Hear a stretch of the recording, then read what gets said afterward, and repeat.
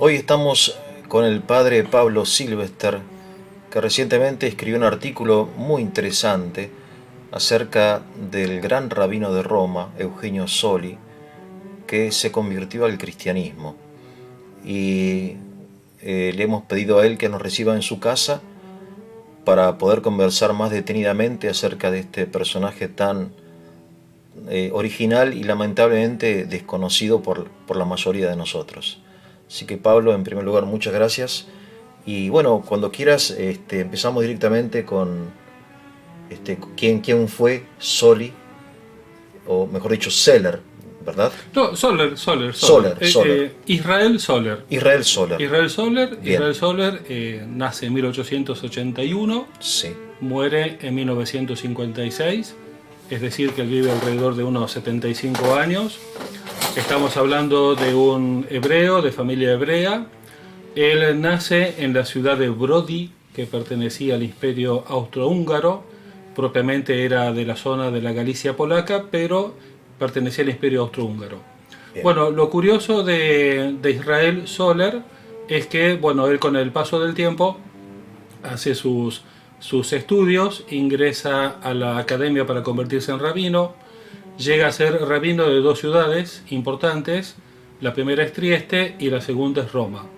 Bueno, y siendo él gran rabino de Roma, tiene una experiencia muy especial y termina pidiendo el bautismo en la Iglesia Católica. bien, Entonces, el caso de Israel Soler, recién vos decías el tema del nombre suyo, su nombre es Israel Soler. Cuando él se hace italiano, con posterioridad vienen unas leyes raciales en Italia y él tiene que italianizar su apellido. bien, Y allí Israel Soler se convierte en Italo Soli, con su apellido italianizado a la fuerza. Y luego cuando él se bautiza, cuando él pide el bautismo, cuando él es bautizado, va a adoptar el nombre de Eugenio, en homenaje a Eugenio Pacelli, quien era Pío XII. bien, Eugenio Soli termina adoptando tu mismo nombre, bien. Eugenio. Este, bueno, y entonces, si querés, vamos más detalladamente acerca de su familia, su cultura, pero yo como leí tu artículo me adelanto porque me sorprendió que ya desde niño me parece que era, aún siendo judío, un niño enamorado del Nuevo Testamento y de Jesús, ¿no? Es decir,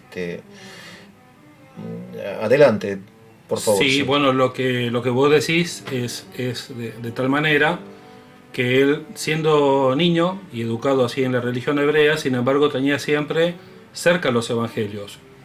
Hubo un momento en el cual él se convierte, siendo muy joven, en maestro de religión para ganarse unos pesos y para ir ayudando en su familia. Y él cuenta cómo se hacía tiempo para tener al menos un par de horas de vez en cuando para poder encontrarse con los evangelios. Y que en eso él encontraba un gozo infinito. Y junto con esa realidad también él cuenta en su autobiografía, que es la que uso para contar esto, él cuenta cómo en una ocasión fue a la casa de un compañero suyo de estudios, cuando él tenía 8 o 9 años, y él en la casa de este muchacho, Estanislao se llamaba, que era cristiano, vio un crucifijo, y que en ese momento se interrogó si es que no sería el siervo sufriente de Isaías. Y como fue en más de una ocasión, siempre que iba a la casa de su amigo, compañero de estudio, se preguntaba si ese crucificado no sería el siervo sufriente de Isaías. Porque claro, en su casa propiamente él no tenía un crucifijo. Y a él lo habían educado en el respeto a las religiones, en el respeto al cristianismo, en el respeto a los sacerdotes, pero en su casa de Cristo no se hablaba. Pero sí, él de muy niño, de muy joven, ya tuvo presente a Cristo delante suyo, ¿no? Bien, entonces estamos en el Imperio Austrohúngaro, finales del siglo XIX, principios del siglo XX, un ambiente de gran cultura, ¿no?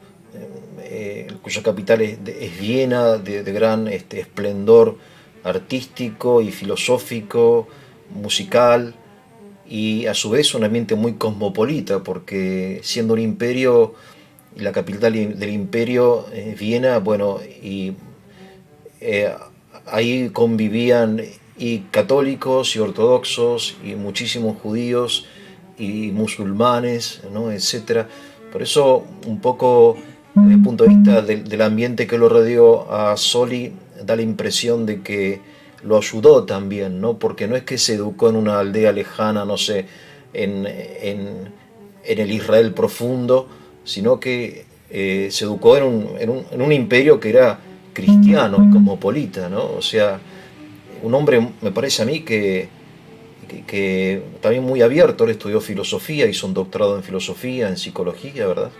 Claro, sí, bueno, esa ha sido una de las características del Imperio Austrohúngaro, el hecho de albergar en sí distintas nacionalidades, distintos pueblos, distintas religiones, porque están los cristianos ortodoxos, los católicos romanos, hebreos, musulmanes. Claro. Y el mismo Soli cuenta cómo había una enorme, era muy cosmopolita, como era muy variado, y a su vez como había una convivencia sana entre todos ellos. Claro. Y bueno, en cuanto a sus estudios, Soli, una vez que terminan los estudios de primaria y secundaria, por así decir, él pasa un semestre en Viena, en la capital, eso ya es el año 1904, y después deja el Imperio Austrohúngaro y pasa a la ciudad de Florencia, donde va a vivir 9 años. Y allí, bueno, si bien en esos lugares cada ciudad pequeña incluso respira muchísima cultura y tradición, bueno, ya al llegar a Florencia, él allí hace sus estudios en una doble vertiente. Por una parte se va a recibir de rabino y por otra parte va a realizar un doctorado en filosofía en una tesis que versaba sobre la psicología experimental. Y obviamente sí, era un lugar de alta cultura donde él se empapa de todos los temas que posteriormente va a seguir estudiando y narrando, ¿no? Claro, claro. Digamos que se lo puede llamar un intelectual, ¿verdad? Una persona del mundo académico. Vale decir, no es un rabino que simplemente se ocupa de repetir mecánicamente oraciones o celebrar, no sé, circuncisiones y matrimonios. Bueno, lo que hace muchas veces en la iglesia, ¿no? El cura, qué sé yo, sino es un hombre de estudios, que se interroga, que estudia, ¿verdad? Un auténtico intelectual, me parece a mí, es un perfil. Ciertamente. Sin desprestigiar lo otro, obviamente. No, claro. De hecho, él, bueno, él vive 25 años en la ciudad de Trieste, que a propósito de cultura, Trieste era por entonces una ciudad más bien pequeña en cuanto a población, pero con una historia riquísima y una cultura polifacética.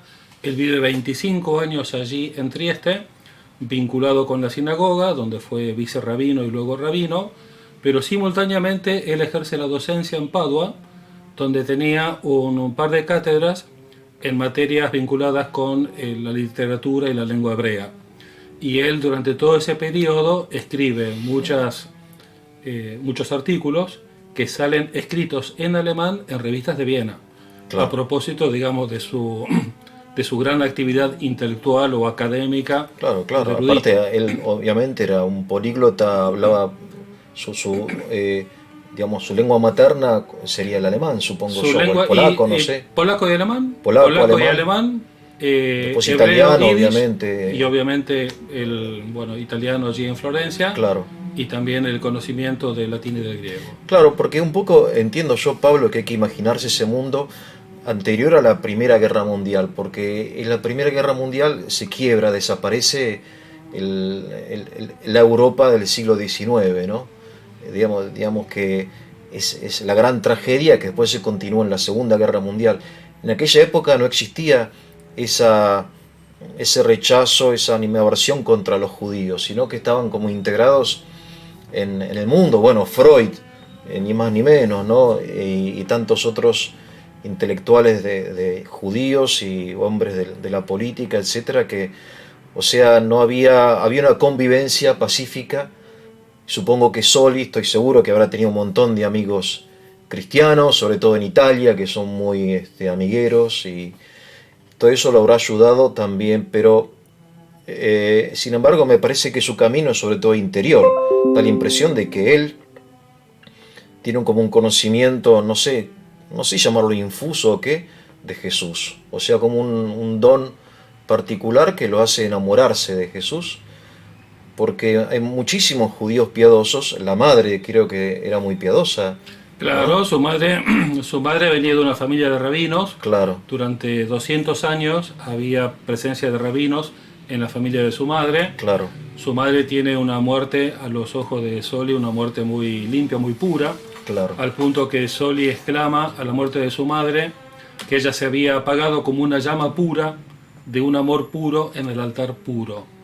Incluso Soli le aplica a la muerte de su madre aquella expresión de las Escrituras: preciosa es a los ojos del Señor la muerte de sus santos. Y también en ese momento Soli, cuando cuenta en la autobiografía la muerte de su madre, él mismo se consuela pensando en la bienaventuranza de los limpios de corazón, de los puros de corazón, aplicado a su madre. claro. Sí, sí, una mujer extraordinaria. Un poco me hace acordar a la madre también de Edith Stein, que también judía y que hija de una mujer muy, muy piadosa también, ¿no? Pero esas personas piadosas, santas, judíos santos, no fueron tocados por esta gracia que recibió Soli, de ver en Jesús de Nazaret al Mesías prometido, ¿no?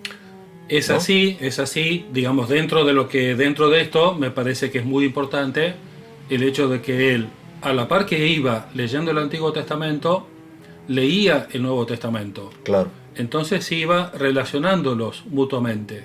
Incluso él, cuando habla de el Antiguo y el Nuevo Testamento, él dice que forman parte de una piedra preciosa, que forman parte de un todo armonioso. Y él se ve deslumbrado porque va viendo la interrelación entre el Antiguo y el Nuevo Testamento.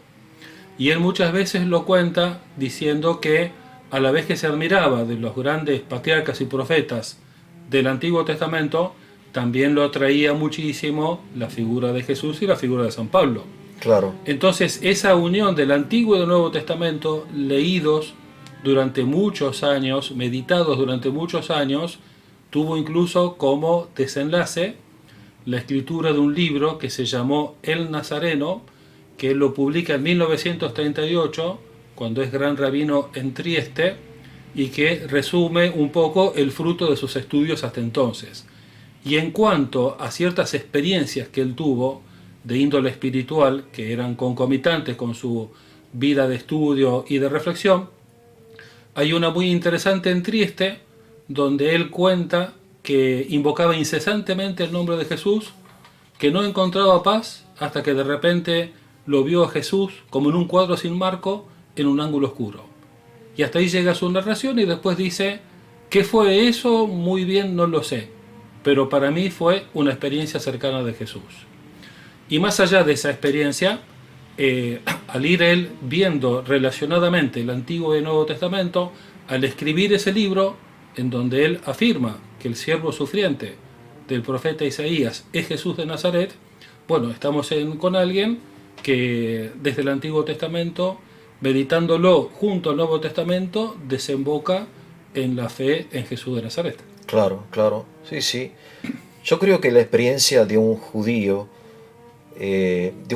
conocedor del Antiguo Testamento y amante de Dios, es distinta de la experiencia de aquellos que, por ejemplo, venimos entre comillas, del paganismo, ¿no? Porque no es la identidad judía de Jesús, a nosotros no nos importa mucho. En cambio, en el Evangelio se manifiesta lo importante que es, y el mismo Jesús se encarga de mostrar, por ejemplo, no sé, en la transfiguración, que está acompañado, por ejemplo, de personajes del Antiguo Testamento, ¿no? Y todo el tiempo el mismo Jesús cita el Antiguo Testamento. Es muy, muy profundo, está muy arraigado esto en la identidad de Cristo, ¿no? Y hay autores que han rescatado también, autores no cristianos que han rescatado el judaísmo de Jesús de Nazaret. Supongo yo que Soli habrá caminado precisamente, transitado ese camino, ¿no? Bueno, efectivamente, nosotros, digamos, convivimos con los hebreos en esta tribulada época o época particular que nos toca vivir. Bueno, hebreos, cristianos y de todas las religiones, estamos aquí. Obviamente, siempre se va a plantear el tema de Jesús de Nazaret, siempre se va a plantear el tema de Cristo. Se nos plantea a nosotros que decimos creer en Cristo para seguir creyendo en Él, Verbo eterno hecho carne, María Santísima, muerto en la cruz para salvarnos. Nosotros que creemos en Cristo, que profesamos la fe en Cristo, sabemos que estamos llamados a renovar dicha fe. Bueno, lo mismo se plantea también en el caso de los hebreos, porque ellos saben de la existencia de Jesús de Nazaret.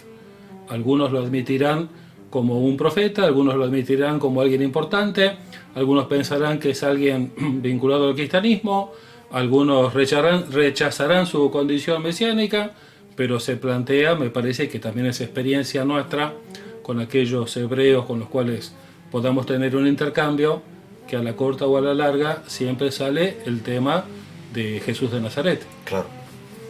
Sí, sí, claro, como miembro también del pueblo judío, ¿no? Es decir, es el pueblo en el cual nació Jesús. Bueno, entonces, continúa por favor un poco con la biografía de Eugenio o de Israel. Todavía estamos con Israel. Claro, él, digamos, pasa a llamarse... Porque el bautismo es muy posterior. Claro, el bautismo es recién en febrero del 45. Claro, al final de la guerra ya. Claro, al final de la guerra, finalizando la guerra. Sí. Él en el año, bueno, él, digamos, en 1918 termina la Primera Guerra Mundial. Bien. Una consecuencia es la destrucción del Imperio Austrohúngaro, Sí. que es el lugar donde él se había crecido, se había educado, de donde él provenía. Claro. Era un polaco de la Galicia polaca, del seno del Imperio Austrohúngaro. Bueno, se destruye el Imperio Austrohúngaro. Él estaba ya en la ciudad de Trieste. Sí. Trieste era parte del Imperio Austrohúngaro. Cuando deja de existir el imperio pasa a ser italiana. Claro. Y él tiene allí la posibilidad de adoptar la ciudadanía italiana, que para él fue algo gozoso y muy importante, porque venía de vivir casi 9-10 años en la ciudad de Florencia. Claro. Posteriormente, cuando llegan las leyes raciales y se complican las cosas en Italia, a él le van a quitar la ciudadanía italiana. Las leyes raciales del fascismo. Claro, que son del año 38, y que Mussolini precisamente las promulga o las cuenta públicamente en la ciudad de Trieste, en la famosa Plaza de la Unidad. Mira. Es allí donde se hace una gran celebración y cuenta esas leyes raciales, que en el caso de Soli implicaba, en el caso de Israel Soler, implicaba italianizar su nombre y apellido, pasa a Italo Soli, y también implicaba la pérdida de la nacionalidad italiana, que para él fue un gran dolor, porque pasó a considerarse a partir de ese momento una apátrida. Claro, porque ya no tiene propiamente, no es que vuelve a recuperar la nacionalidad de... No existía, el imperio austrohúngaro no existía. Tampoco va a ser polaco ni nada. Sí, claro. O sea, una situación realmente trágica. Es así. Muy trágico. Es así. De mucho dolor, como se vivió en esa época. De mucho dolor. O sea, él participa de todo el dolor del pueblo judío, en fin, de lo que después va a ser el holocausto y todo eso, ¿no? O sea, él no es que, esto creo que es importante, no es que se hace cristiano por conveniencia o por, digamos, por evitar la persecución, sino que él se hace cristiano cuando todo eso pasa. Bueno, el padre Paolo Deza, que es el jesuita que recibe de Soli el pedido de bautizarse, el mismo padre Paolo Deza dice que Soli permaneció durante la persecución en Roma, permaneció del lado de su pueblo. Claro. Soli incluso es declarado dimisionario por parte de la misma comunidad hebrea durante el transcurso de la Segunda Guerra allí en Roma. Cuando llegan los aliados a Roma y los alemanes se van hacia el norte, cuando llegan los aliados, lo que van a hacer con Soli es restituirlo como gran rabino de la ciudad de Roma. Claro. Y ahí estamos hablando, los alemanes ocupan Roma en septiembre del 43 hasta junio del 44. Bien. Junio del 44 llegan los aliados, Sí. lo restituyen a Soli como rabino de la sinagoga, Sí. y en la fiesta del Yom Kippur del 44 es donde está esa experiencia religiosa que tiene Soli en la sinagoga, que lo lleva a él a pedir el bautismo.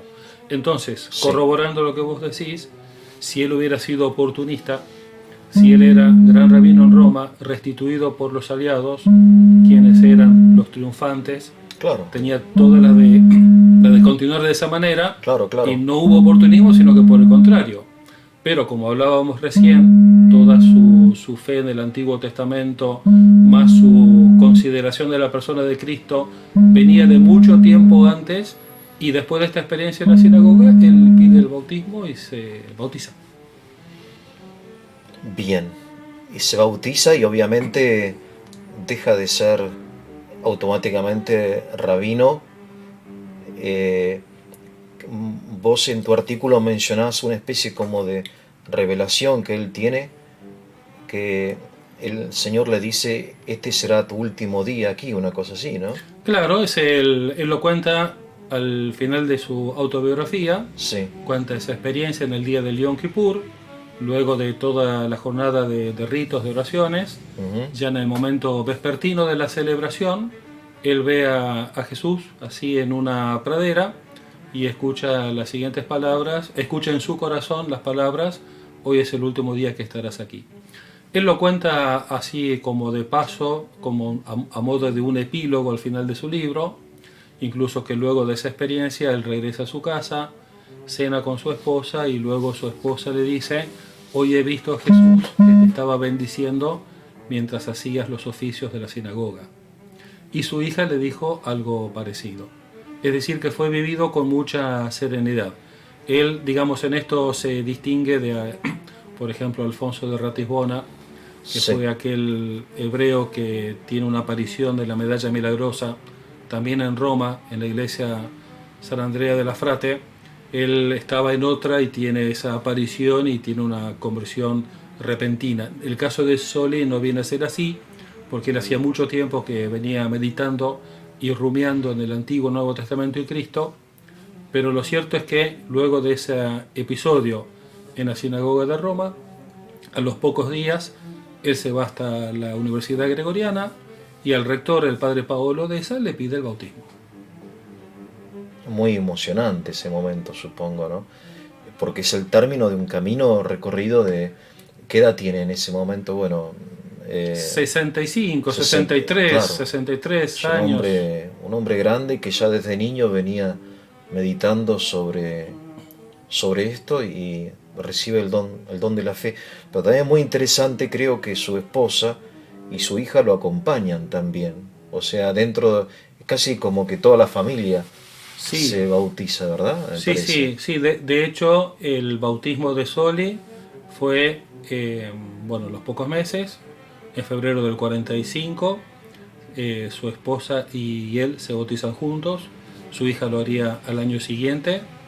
El bautismo se hizo en esta iglesia, Santa María de los Mártires, creo que es así, una Ujú. que está allí en la Plaza de la República. Se hizo en condiciones de mucha reserva. Él es bautizado por un monseñor Tragni, quien era un obispo allí una especie de obispo auxiliar en Roma, y el padre Agustín Bea, que era el rector del Instituto Bíblico, va a ser su padrino de bautismo. Y a los pocos días de ser bautizado, con su esposa, van a recibir la confirmación de Monseñor Folgar, que había sido obispo de Trieste. Obviamente, a pesar de la inmensa reserva con que se hizo el bautismo, la noche del bautismo, Soli recibe una llamada telefónica de un periodista norteamericano preguntándole si era cierto que se había bautizado. La noticia se divulgó, y fue, según dicen en su momento, fue una gran noticia, o como decimos acá, un notición. Un notición, claro. porque había pasado el rabino de Roma, se había bautizado y era católico. Claro. Sí, sí, supongo que habrá habido infinidad de polémicas y de habladurías, bueno, lo que sucede siempre en estas cosas, sobre todo de aquellos que desconocen quién era Soli y cuál había sido el camino interior de Claro, que él, sobre todo un camino interior. nosotros hicimos al revés, porque antes de comentar el bautismo de Soli, comentamos que él durante mucho tiempo vio de modo integrado Claro, el Antiguo y el Nuevo Testamento. Y claro, como la frase esa de San Agustín, que nosotros tantas veces recordamos, el Antiguo Testamento está patente en el Nuevo Testamento y el Nuevo Testamento está latente en el Antiguo Testamento.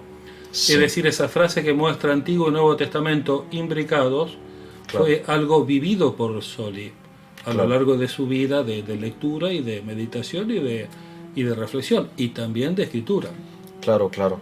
Pero de todas formas, él llega al Nuevo Testamento y a la persona de Jesús en una forma, digamos, muy armoniosa, muy como coherente, ¿no? Porque a partir del Antiguo Testamento, pues en el Antiguo Testamento es un tema enorme, existen las llamadas profecías, ¿verdad? O sea, el Antiguo Testamento habla de alguien que ha de venir, de Sí, un Mesías, sí. que un personaje misterioso, un ungido, un enviado, un pastor, el Salvador, no sé, hay muchas palabras, ¿no? O imágenes, no sé, el león de Judá, o aquella doncella que dará luz, ¿no? Del profeta, como la señal del cielo. En fin, hay hasta, creo que en el Génesis hay un texto que lo llaman el protoevangelio, ¿no? Cuando el Señor le dice a la mujer, pondré enemistad, etcétera. Yo me acuerdo cuando estudiábamos hace mucho tiempo, porque estudiábamos juntos, me Sí, parece, sí, ¿no? por supuesto. Que eso hacía referencia a... Ya, el que quiere... Pongo enemistad entre ti y la claro, mujer, entre tu eso. linaje y el suyo, Sí, sí, ella te pisará la cabeza. y tú las echarás el calcaño. Claro. Vale decir que en el Antiguo Testamento hay innumerables referencias, pero esas referencias es como que hay quienes la ven y quienes no la ven, Claro, ¿no? Como dicen, el que la ve y el que no la ve, claro. Quizá ¿verdad? para nosotros es más Y sencillo claro, porque nosotros tenemos al niño Dios que nació en Belén, claro, tenemos presente el ejemplo de los Reyes Magos, quienes llegan a Belén y postrándose lo adoraron, nosotros imitamos ese gesto y ya sabemos que estamos adorando al Hijo de Dios que nació para salvarnos. claro, claro, O claro, cuando vamos escuchando los evangelios, eh, dicen, fue así para que se cumpliera la escritura, será llamado Nazareno. Y no le quebraron ningún hueso para que se cumplieran las escrituras. claro, esa expresión, ¿no? Será Claro, contado entre los malhechores, y citan la escritura. Entonces, bueno, nosotros escuchamos o estamos familiarizados con los evangelios, donde siempre está citado y patente el Antiguo Testamento. aún ya que lo mencionás en el credo, creo que dice que resucitó al tercer día según las escrituras, dice, Claro, ¿no? claro, claro, sí, sí. Según las escrituras. Claro, son expresiones que uno realmente la recita mecánicamente en la misa, pero claro, un hombre como Soli, judío, conocedor del Antiguo Testamento, que lo leía en su original y bueno, con todo ese contexto habrá sido realmente como un descubrimiento. Por eso yo te preguntaba a vos en otra Perdón, ocasión. Sí, ahí es muy valiosa una de las cosas que escribió Soli. sí. Él tradujo el Salterio al italiano. Ah, mira. Si bien había varias traducciones del Salterio, sin embargo se considera que la suya es muy buena Ujú, y que honra, por así decir, la lengua del Dante. mira. La traducción hecha por Eugenio Soli. Claro. Bueno, eso, otra confirmación de que el hombre era realmente un hombre, un intelectual, ¿no? De gran envergadura. Y sin embargo, un hombre humilde que al recibir el bautismo, supongo yo que pierde todo, en el sentido material, porque él trabajaba de rabino, Sí, bueno, ¿no? efectivamente, él, posterior a su bautismo, el padre Deza Sí. le da alojamiento a él en la Universidad Gregoriana. Alojamiento. Sí, sí, sí, allí vivió unos meses, su esposa y su hija se fueron para otro lado, Posteriormente su situación se va, digamos, a encaminar porque va a conseguir una cátedra en el Instituto Bíblico, Ah, mira. donde él ya estaba conectado de antes y había escrito varios artículos para, para el Bíblico de los jesuitas, porque era amigo del padre Agustín Bea, que era el rector, y por otra parte consigue una cátedra en la Sapienza, la Universidad de Roma, Sí. la Sapienza. Incluso ahí es interesante cómo, habiéndose él ya bautizado, este teólogo protestante, Oscar Cullmann, que estaba en Basilea, le ofrece una cátedra a él en Basilea, y bueno, y Soli no la acepta, y entre las obras que él deja inéditas, hay una que se refiere al primado de Pedro, en donde interpreta el tú eres Pedro y sobre esta piedra edificaré mi iglesia, lo interpreta católicamente, digamos. Claro, claro, claro. Este, Y en el sí, 53, o sea, él en el 45 se bautiza, después se normaliza su situación así con estas cátedras. En el 53 lo invitan de Estados Unidos, de una universidad en Indiana, este, creo que es la Universidad de Notre Dame, lo invitan a, bueno, a dar unas conferencias y allí le hacen a él la sugerencia, a los católicos de esa universidad, que ponga por escrito su experiencia. Y de allí, bueno, surge su autobiografía, de donde salen la mayor parte de las cosas que que ahora estamos que se comentando. llama el libro este La autobiografía se llama Antes del Alba. Antes del alba. Antes del Alba, que es un libro que vale la pena leer, es un libro que tiene como varios registros, porque, digamos, hay muchas reflexiones de él, reflexiones bíblicas, reflexiones, si uno quiere decir, de la vida, reflexiones culturales. Sí, También está un poco eso de cierta psicología que él por allí incluye, y obviamente los datos biográficos. bien. Y esos dos momentos, quizás haya algún otro más por allí, tanto el episodio en la sinagoga de Roma como en aquella ocasión en que él dice ver a Jesús como en un marco sin cuadro, los cuenta él con mucha, digamos, con mucha discreción, Claro. sin hacer que todo gire en torno a eso, ¿no? O sea, él en torno a una experiencia mística, él eso no le da tanta importancia como el testimonio de la escritura, digamos. Exactamente, si alguno toma el libro, su autobiografía Antes del Alba, y lee la parte donde él cuenta el episodio de la sinagoga, donde escucha hoy es el último día que estarás aquí, si uno tiene presente eso, va a ver que eso está contado al final en un apéndice y que está precedido de un prólogo donde él dice que no quiere afirmar nada de carácter sobrenatural detrás de esa experiencia y que queda todo a juicio de la autoridad de la iglesia. Claro. Claro, son el testimonio de las escrituras.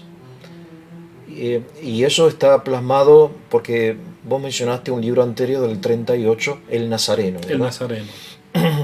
Y después este libro, El Nazareno supongo que es un libro más de teología bíblica y este es más una autobiografía Antes del alba. Sí, claro, claro. El Nazareno sale publicado allí en la Universidad de Padua, Claro, siendo el rabino. siendo el rabino, Claro, 1938.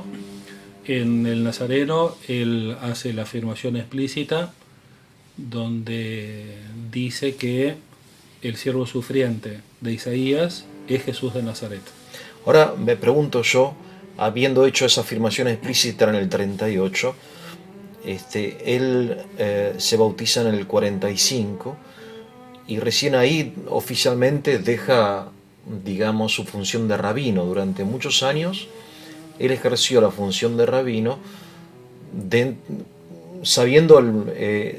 sabiendo los otros rabinos y la comunidad judía italiana que Soli pensaba así. No me refiero que había como también, y lo digo como elogio, ¿no? Cierta apertura, cierta pluralidad, como dicen hoy, ¿no? De opiniones dentro del judaísmo, que de hecho, bueno, hoy lo conocemos. Hay movimientos, por ejemplo, los judíos mesiánicos, que son judíos que consideran a Jesús como Mesías, ¿no? Pero que aún siguen siendo de alguna manera miembros de la, no sé, del mundo judío o de la religión judía, no sé bien. Como digamos que es un mundo muy, muy interesante. Sí, seguro, y a todos ellos se les plantea siempre, bueno, lo que hablábamos antes, el tema de Jesús de Nazaret, su vida, su misión, su obra, qué Claro, significa Cristo, qué significa ungido, qué significa siervo de Yahvé, qué alcance tiene todo eso. Bueno, y a claro. cada cual se le plantea de una manera particular. Sí, sí, Y sí, claro, de Soli se sabía, después de la publicación de El Nazareno, se sabía de su orientación o de su parecer favorable hacia la figura de Cristo, claro, porque es un libro escrito en Padua. claro, Sí. claro. Ahora, yendo a otro tema que me parece a mí interesante, su relación con Pío XII, que sabemos que le tenía tanto afecto que se puso el nombre en honor a Pío XII, Eugenio Pacelli, siendo que Pío XII ha sido, después de la guerra, acusado o señalado como un hombre que no hizo lo suficiente para defender, para proteger a los judíos, que no acusó públicamente el régimen de Hitler, etcétera, ¿no? Bueno, todo esto que... Y sin embargo, Soli considera, obviamente, que Pío XII hizo lo que pudo, aunque no haya sido suficiente, digamos, ¿no? Obviamente no lo fue. Bueno, claro, cuando llegan los alemanes y ocupan Roma, eso fue, si no me equivoco, en septiembre del 43, inmediatamente pidieron de la noche a la mañana 50 kilos de oro, es una anécdota muy conocida. Los hebreos de Roma consiguen 35 kilos, faltaban 15, y está probado que Soli fue al Vaticano a gestionar los 15 kilos de oro restantes.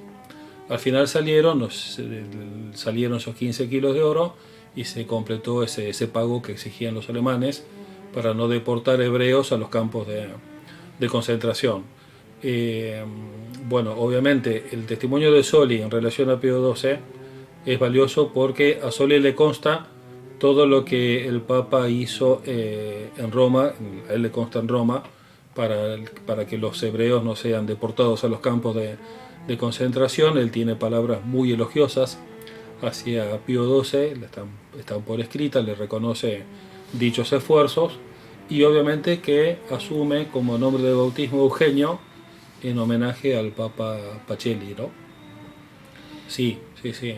Bueno, y también en él, obviamente como hebreo que era, cuando llegan los alemanes a Roma, él sabía que estaba en riesgo, porque en más de una ciudad a donde habían llegado los alemanes habían matado a los rabinos.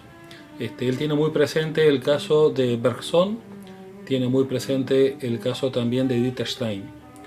Bergson era un filósofo hebreo quien deja escrito en 1937 en su testamento que él creía en Cristo, pero que a causa del antisemitismo tan fuerte no pasaba a solicitar el bautismo. Sin embargo, Bergson pide que en su sepelio un sacerdote católico realice el responso. Y bueno, pensemos que en Soli también la menciona a Edith Stein, quien era hebrea, quien se bautiza, discípulo de Husserl, llega por el campo de la filosofía, digamos, a su conversión, se hace religiosa carmelita, se encontraba en Holanda y de allí la buscaron y terminó muriendo en Auschwitz. Y ella tiene Soli tiene muy presente el ejemplo de Edith Stein. Eso lo cuenta él en la autobiografía. Y después también menciona en su autobiografía a Maximiliano Kolbe, obviamente sacerdote católico, también muerto en Auschwitz, y dice Soli, si yo tuviese que escribir sobre él, diría Padre Kolbe, muerto por amor. O sea, eran los casos que a él le tocaba, ¿no? Bueno, todo esto que estamos hablando, digamos, él lo sintió muy, muy de cerca porque, bueno, estaban ellos en riesgo y él también estaba en riesgo. Allí, bueno, eso ha salido un libro reciente, escrito por un italiano de apellido Rigano, donde trata de reconstituir o de revivir lo que pasó en aquel periodo en la comunidad hebrea. Y ahí hay que tener en cuenta que cuando los alemanes ocupan Roma, como Soli se sabía que podía morir, él pasa a la clandestinidad. Y es entonces donde la comunidad hebrea lo decreta dimisionario. Por pasar a la clandestinidad. Claro, Claro, como que claro, dimite, que como claro. que abandona su puesto no sé. Es eso mismo. Claro, Y allí está el testimonio de Paolo Deza, donde el jesuita afirma que, por el contrario, lo que hizo Soli fue tomar las precauciones del claro, caso obvio, y que seguía acompañando claro, al pueblo hebreo desde la clandestinidad y, bueno, exhortándolos a la oración, la plegaria y, bueno, claro. y a tomar todas las cautelas del caso, Sí, ¿no? sí, por supuesto. Me hace acordar a los sacerdotes católicos en la Unión Soviética que eran curas clandestinos. Yo conocí a uno, por ejemplo, discúlpame que hago un pequeño... No, todas las que quieras, es una conversación. Este, Además el tenés... padre, el padre Friedman, judío también, judío que se convirtió al catolicismo, se hizo cura, pero él de día era músico de jazz y así a escondidas ejercía el ministerio, había sido ordenado en clandestinidad y bueno, y hacía lo que podía como cura en fin, porque estaba prohibido, ¿no? Me refiero que la tradición cristiana conoce el ejercicio del ministerio en la clandestinidad y lo aprueba y de hecho no es una dimisión, no se considera una cobardía, sino un acto de prudencia, ¿no? Claro, Porque en otra no sería tonto ir a declararle a la KGB o a los nazis que acá estoy, métanme preso, ¿no? claro. Porque sería abandonar al rebaño. Claro, en el caso de Soli, él tuvo que pasar a la clandestinidad dejando su domicilio, claro, pero su domicilio fue allanado por los alemanes, allanado por los alemanes y se llevaron absolutamente todo. Claro, Los escritos, los archivos, los inéditos, la documentación, la correspondencia, se llevaron todo, perdió todo él en claro. ese momento por esos allanamientos. Sí, un hombre que compartió el destino del pueblo judío, como tantos judíos que se hicieron cristianos, pero no por eso dejaron de amar a su pueblo, ¿no? Al pueblo judío, a imitación de Cristo, que llora lágrimas de verdad, ¿no? Cuando ve a Jerusalén, etcétera. Así que creo yo, Pablo, un poco para ir cerrando esta charla, que Soli es una figura que, lejos de haber sido como agotada, empieza a ser en estos días, no sé, me da la impresión, hace poco hubo una conferencia en Italia, creo, organizada por judíos, salen libros sobre él, quizás sea un testimonio que hoy recupera cosas que hemos olvidado, no sé, me da la Claro, impresión. digamos, Eugenio Soli viene a ser un caso particular Sí, porque él termina pidiendo el bautismo a la Iglesia Católica y allí Vittorio Messori, quien es el que hace el prólogo a la edición italiana del libro de Judith Cabot, Vittorio Messori dice que el caso Soli es susceptible todavía de mejores estudios y de mejores investigaciones claro, y que de ninguna manera está agotado. claro, Así que yo creo que con nuestra conversación, comentando con sencillez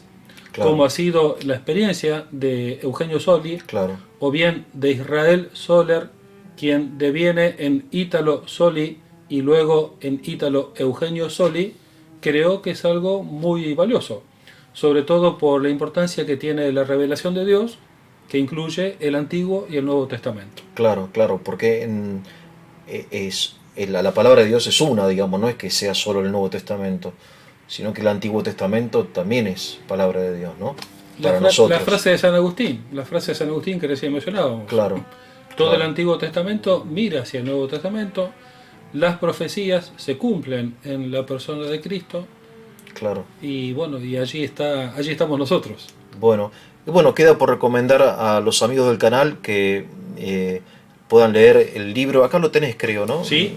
Se lo vamos a mostrar para quienes quieran verlo, a menos se llama Antes del Alba, Eugenio Soli, y después el otro libro, El Nazareno, que es el libro donde él profundiza el aspecto bíblico, ¿no?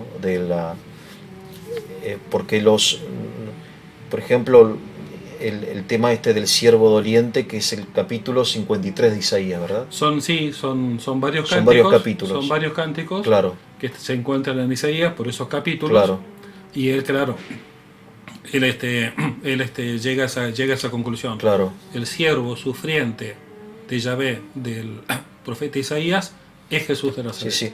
Realmente cuando uno lee este texto en particular, realmente impresiona. Yo recuerdo en la adolescencia haberlo leído, Isaías 53, no había leído nunca, y me impresionó la similitud que tiene con la pasión de Cristo. Es realmente como, no sé cómo decirlo, como, ¿no?, un calco, o señala claramente, digamos, ¿no? Y por eso habla del madero y etcétera. Varón de dolores, Varón de acostumbrado dolores, a sufrimientos, sí.